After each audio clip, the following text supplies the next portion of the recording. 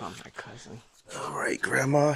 Mm-hmm. Here we are, another episode. Yes. Um, so the first thing I want to ask you today is, what were your grandparents like? I mean, not your grandparents. What were your parents like?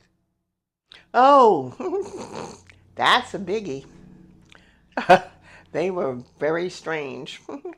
And why I say strange, my mother was very outgoing, um, and a real, what you call entrepreneur kind of Okay. spirit.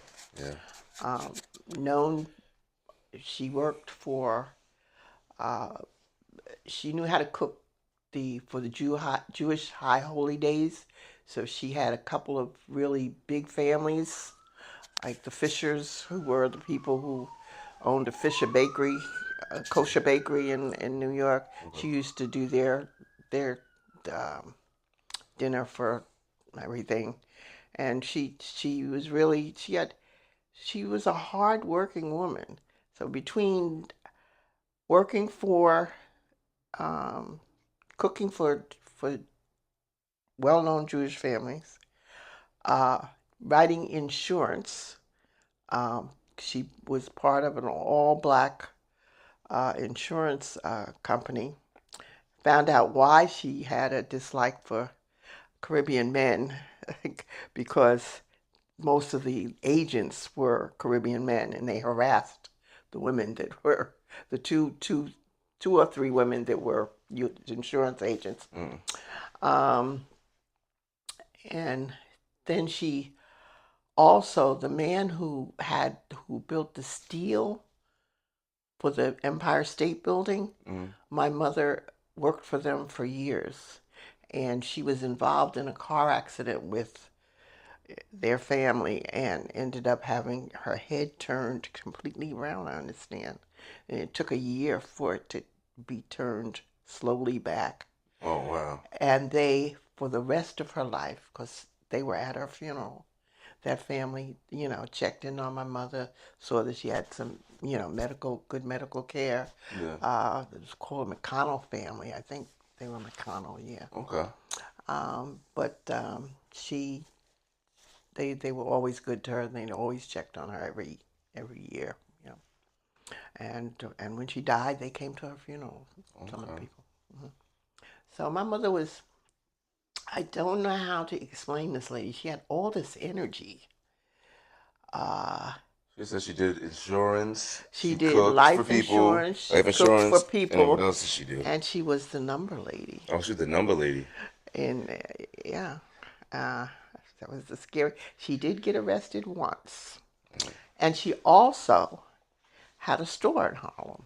Oh, she had a store in Harlem. What A kind of store store in was it? Harlem. It was a lingerie store. Okay. And it was like 130, 130th somewhere in there. And it was she catered to gay men. Oh, really? Yeah, and she made very good money, and they Mm. loved her Yeah. because she got them good products and she didn't overcharge them, Yeah. you know. And so she found out and it's true. They wash, they they buy everything, Mm. and she'd have to really restock and restock. And, but they were very good to my mother, you know. Mm. So she was just an enterprising lady. She had a lot of energy. So between cooking, being involved in numbers, owning a store in Harlem, perhaps her motivation was number one. My father, as far as I knew, he went to work occasionally when he wasn't drunk, Yeah. which wasn't very often. I mean, Okay. he was drunk more often than he went to work. So Gotcha. so she bought two houses. Um, Where did she buy the houses? She bought houses in Queens, in Corona. We lived on 106th Street in Corona, Mm. right off of Northern Boulevard, and then she bought a house. The one basically that I remember the most is right on 34th Avenue and 96th Street? A little further up, I think. Yeah, just before Junction Boulevard. The Okay. park was across the street, so Okay. yeah. uh, and it was she's rented rooms on the top floor. It was three Okay. rooms with a bathroom, Oh, and cool. she rented rooms there, and then the other parts we lived in, and it had a full basement and stuff. And she was very liberal with me as far as I had. There was a bookstore on Junction Boulevard, and she had opened up an account there for me because I used to like to read the Nancy Drew books and a couple other books. And she opened up an account so that every week I would, because I read them pretty fast, that I could go down there and buy a book. Mm. And then there was I had she also opened up an account at the ice cream parlor because I needed to gain weight, and they suggested that I either have a malted a day or a sundae a day. Okay. All right. So And wait, let's slow down. Let me slow down for a second. So you mhm. said, so what was it like the number lady thing? I'm curious about Oh, what the was number that like? lady? Yeah. What? How did? How That do you know was, how she even got into that, or did you I don't just know what did how you she witness? got Like, into it, but how did you put that together? I was very much a part of it because the people would come in and I would collect the slips. They had to write every what they wanted to play on a slip, and I had to, make sure she could read the slip Mm. and then give it to her and basically uh, add up the money. So that's when my adding, uh, my arithmetic did pretty good. Okay, you got good at math pretty fast. That's good. I learned how to add That's from good. that. There was one incident that was, um, my mother always had the people write down what it is they were going to play. Mm.